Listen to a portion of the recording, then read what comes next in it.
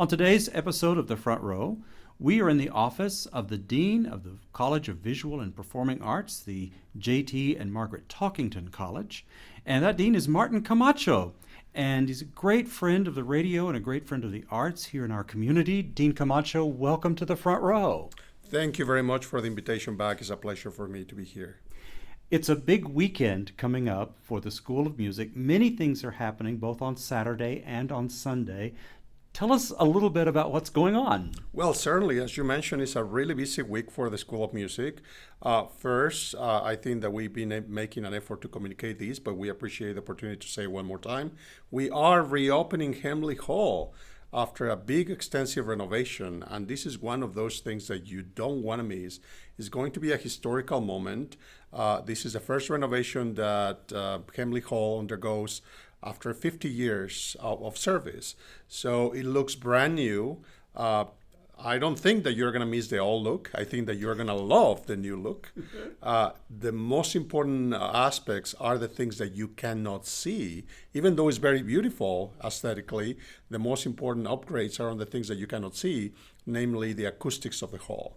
So for that, you're going to have to experience it. So what a better opportunity to come on Saturday, October 5th, 7:30. The University Orchestra is going to perform the premiere concert on the newly renovated hall, and it's going to be a historical moment. You really don't want to miss that. The audience really wants to take opportunity of that. Well, what an iconic hall for so many of us. It's been around for so long. So many performances have lived and been done in that hall, and it'll be so exciting to see. You said it's been redone in sort of what, tease us a little bit. What does it look like? Well, the most visible aspects that anyone that is going to visit is going to see is obviously new seating, carpet, a new stage. There is several different things that you're going to notice on the stage, a much cleaner, flushed stage, walls, paint. One of the most important things that you're going to notice that the public is going to notice are the acoustic panels on the side and the acoustic panels on the roof. It's a brand new roof and new lighting. So all of those aesthetics are going to be immediately visible to the public. Again, one of the things that you're going to enjoy are these little curtains that you're going to see coming up and down.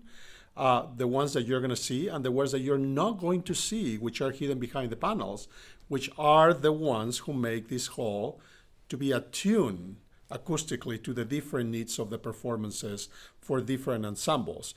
As you can imagine, everybody understands that probably the acoustic needs for the hall are not the same when we have a symphony orchestra performing on the stage as when we have a one soloist instrument performing on the stage. So we're going to be able to attune the hall to better serve those acoustic needs. Great. That sounds wonderful. Is the organ still there? The organ is not only still there, but it's fully functional. It's beautiful. One of the things that we took very much care of was to protect the organ during the construction period. That was the first step that we make sure that it happened. And we tested it out. We brought a technician to make sure that everything works in place.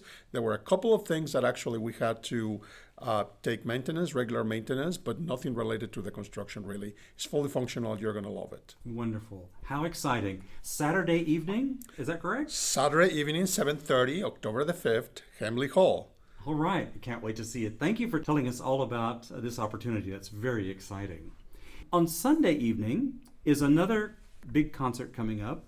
And one of the things I love about this is that it's a collaborative concert among many people, including you. People might not know that you are an active performing pianist at the very highest standard, and we get to hear you play. Is that right? Thank you for mentioning it, Clint. I'm just going to talk very briefly about myself. I rarely do, but I will say the following. It is one of my core beliefs that as a dean of the college, as an academic leader, it is my obligation to maintain my trade and my profession and my artistry at the highest level. I just couldn't think that I could be a good leader without showing that I am a peer executing the art at the highest possible level. I don't have probably as much time as I wish, But I can tell you that the things that I do play them with great passion and care. But having said that, let me go back to the concert on Sunday. It's a very special concert because many of the people that you are going to see on stage are faculty members. All of the people that you're going to see on stage are faculty members. And many of them also hold administrative positions, such as the director of the School of Music and the associate director of the college. They are as well performing on the stage. So they are following on this pathway of maintaining the artistry, even though they're holding administrative positions on the college. But the special item about this concert, beyond the performers, and they're all excellent faculty members, masters of their trade, is the thematic elements of the concert that have to do, and the title of the concert has been done as Transcending Borders. And so this is a collaboration that explores a repertoire that is a little different in scope, different in the sense that we are trying to portray how music transcends borders, cultural limits, and moves freely amongst people and cultures and time. So one of the blocks of the music that we're going to present are compositions by Mexican-American composers.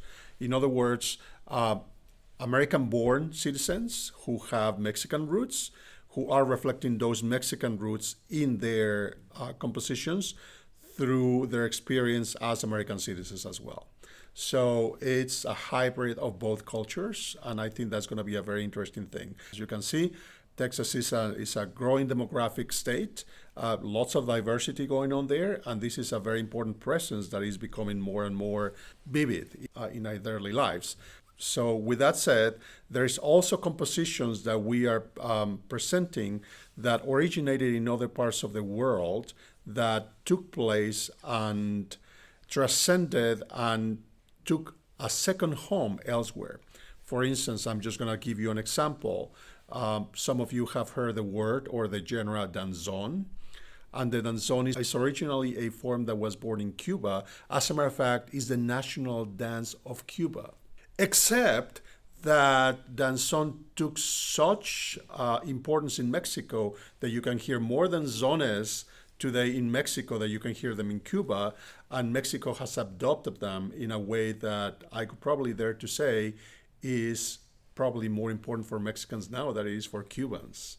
So it's those examples as to how genres that originated in other parts of the world have moved to other places, to other latitudes, that have taken home in those second places. All right. And I'm sure that's very dear to your heart because you have lineage from Mexico and Cuba both. Is that right? Well, my origins are from Mexico City. I do have great affinity for Cuba. Part of my expertise has to do with Cuban music, Cuban dances. Mm-hmm. When you are, and it's part of this concert is expressing the following. When I was growing in Mexico City, I had no idea that the music that I was listening, it was Cuban music, because again, music transcends borders, cultures, and time, and so it was the music that I grew up with, without knowing that it was actually originally Cuban. So it is that seamless transition, the thing that we want to express in this very concert. Right. So what will you play? I will play two sets of pieces at the end of the concert. One of them is going to be Cuban dances by a Mexican composer. Yet again, an example of what we're talking about. Cuban dances by a Mexican composer, and you're going to define whether or not they're Mexican or Cuban. So it's a seamless transition of the genre. And the other piece that I'm going to play with great pianist Becca Sisler is the Danzón No. 2 by Arturo Marquez, who's recently become one of those iconic pieces that represents Mexico's music. It's a version for two pianos, and we are adding percussion with Fabio Agostinis. So, bring your danzón shoes if you want to dance a little bit along the music. We'd love to have you. Well, when you talk about danzón, it for me, that indicates that the music will probably be very lively and entertaining and fun to listen to. I assume that's going to happen, yeah? I would bet that is the case. As a matter of fact, more than half of the concert is very danceable. For instance, director Stetson is going to be playing a genre that is called cumbia. That is a very danceable style as well, very alive music, things that you are going to be tapping on your foot. And at some point, as I said, if you feel like moving a little bit and dancing, you're welcome to. That's good. You mentioned Becca Seisler and Dr. Andrew Stetson, who's the director of the School of Music. Who else will participate in the concert? Yes, so the roster starts with Fabio Agostinis, who's going to be playing congas in a couple of pieces. Director Stetson, who's going to be participating by playing a sonatina by a Costa Rican composer who is taking several genres from Latin America and putting them into this trumpet and piano sonatina. Then Associate Dean Ivy Walls is going to be performing a set of compositions by a Puerto Rican composer who's lived in the United States for a long time. As you probably everybody knows, Puerto Rico is one of the associate states of the United States.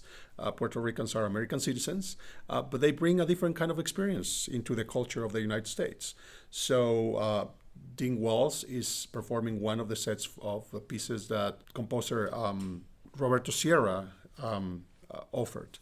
And last but not least is Kevin Was, who is going to be performing lots of pieces for tuba, some electronics. So you're going to hear a combination of electronic music, classical music, traditional settings. And we already talked about Becca Seisler, who's going to be accompanying them all and also playing second piano with me. Wonderful. What a diverse concert, lots of diverse music. It's wonderful. It sounds like great. Tell us time, date, and place. Absolutely. So the concert on Sunday is going to be at 4 p.m. at the Crickets Theater in Body Holly Hall. Okay. So let me say it again. Sunday, 4 p.m., Crickets Theater, Body Holly Hall. Great, excellent. The Collaborations Faculty Chamber Music Series at Texas Tech. And then the concert on Saturday, the day before that we talked about, that's in the newly renovated Hemley Hall. What time is that concert? Yes, Saturday is October the 5th, 7:30 p.m., Hemley Hall, Texas Tech University main campus. Wonderful. What a great weekend for the School of Music, and a great weekend to be with you and to enjoy your artistry.